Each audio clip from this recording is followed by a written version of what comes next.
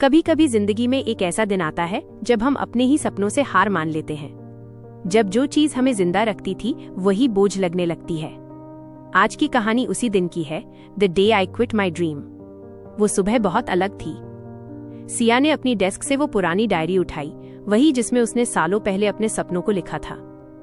एक दिन मैं एक बड़ी सिंगर बनूंगी। पन्नों पर लिखी लाइन देखकर उसने हल्की सी हंसी दी, जैसे अपने ही मासूमियत पर तरस आ गया हो। 5 साल हो चुके थे। 5 साल से वो music competition, studio recordings, rejection और अकेलापन झेल रही थी।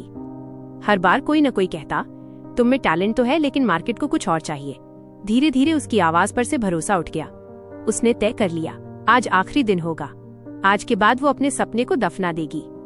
चुपचाप बारिश में वो रोड पार कर रही थी जब उसने देखा एक बुजुर्ग आदमी सड़कों पर फिसल गया था। लोग गुजर रहे थे लेकिन किसी ने नहीं रुककर देखा। सिया दौड़ी और उस बुजुर्ग को उठाया। उसके कपड़े गीले थे लेकिन चेहरे पर एक अजीब सी शांति थी। बेटा, तुम रो रही हो?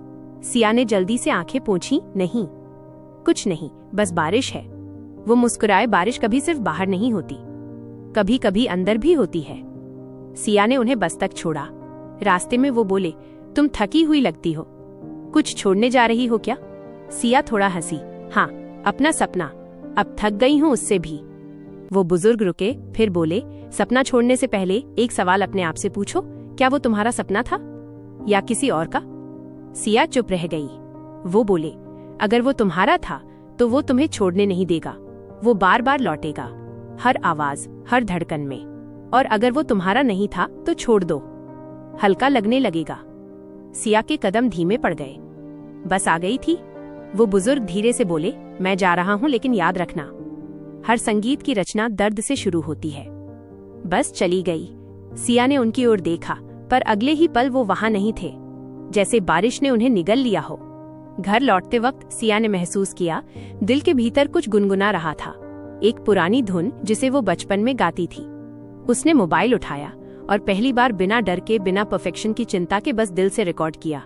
आवाज कांप रही थी लेकिन सच्ची थी। उसने वो वीडियो पोस्ट कर दिया, बिना किसी उम्मीद के। अगले दिन जब उठी, इनबॉक्स भरा था। लोग लिख रहे थे, इसमें कुछ ऐसा है जो दिल को छू गया। आपकी आवाज में सच्चाई है, आपने मेरी जिंदगी बदल दी।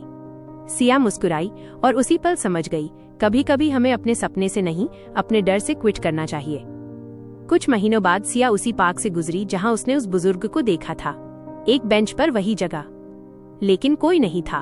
उसके पास एक बूढ़ा भिखारी बैठा था जो मुस्कुराते हुए बोला, बेटा, बारिश फिर आने वाली है, संभल जाना। सिया ने पलटकर देखा, वो वही मुस्कान थी, वही आंखें। दिल धड़क उठा, लेकिन पलक झपकते ही वो गायब। शायद वो सिर्फ एक इंसान नहीं थे, शायद वो उसके सपने का ही रूप थे जो आखिरी बार उसे जगाने आए थे। जिंदगी में कभी भी ऐसा दिन आए जब लगे कि अब बस, तो याद रखना, किसी अजनबी की तरह तुम्हारा सपना भी लौट सकता है तुम्हें खुद से मिलाने। क्योंकि जो सपने सच में अपने होते हैं वो टूटते नहीं, बस इंतजार करते हैं कि तुम फिर से उन्हें उठाओ। The day I quit my dream, एक कहानी जो शायद तुम्हारी भी हो सकती है।